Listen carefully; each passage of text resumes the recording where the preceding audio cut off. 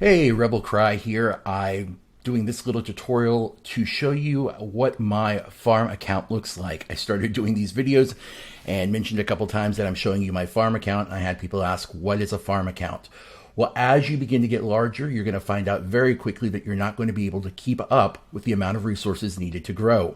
So, of course, you can either go and purchase packs, which I prefer not to do, or you can build farm accounts. Now, a lot of times alliance leaders will not allow you to have your farm accounts in the main alliance if it's a large alliance and you have a lot of active players. In that case, you would just kind of keep them huddled together or hived somewhere in your state, and you can teleport over to them, fill up your main account, and then teleport back to your hive. This is a cotton farm, as you can see. I have several, I've got the required things I need. Of course, it's going to require you to have a farm, a lumber camp, a cotton mill, and an iron mine. But then everything else in here is cotton. And I will continue to grow these and max these out as quickly as I can. And I will use these to feed my master account. Most people have one farm account for each of the resources. Some people have a couple.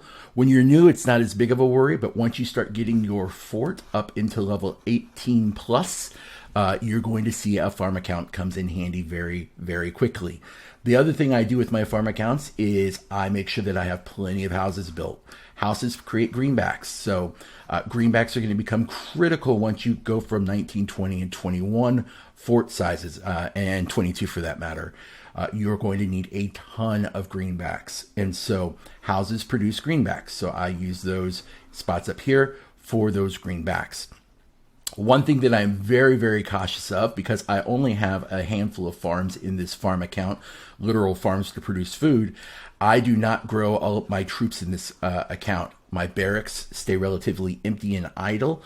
I have enough to go do some tech monster hunting if I need to, so I can gain rewards there. But other than that, I do not try to advance my soldiers at all, because soldiers eat a ton of food, especially the larger they become. So when I go to my barracks, you'll see that I will keep it with just these guys up here, level 1, because they only eat one amount of food, per few minutes. And I'll probably max each of these out between 2,000 and 3,000, and that will be it. The other thing I will do is I will make sure that when I go up in here and I look at my boosters, I will make sure that in this case, this is a cotton farm. So I will go over here, and once I get my farms to a certain level, I will make sure that I have my 50% booster turned on here. That will allow me to continue to producing cotton at a very quick rate. I'm not so worried about this this particular base getting attacked. If it does, it does. If it doesn't, it doesn't. They're not going to get a lot of soldiers out of the deal. Really, all they're going to end up with is a bunch of cotton. But if I build it correctly, it's going to refill that cotton very, very quickly. So again, I have one of these for each of the resources. It's up to you how many you want to build. I just check in with them, once every day or two to make sure that the peace shield is up.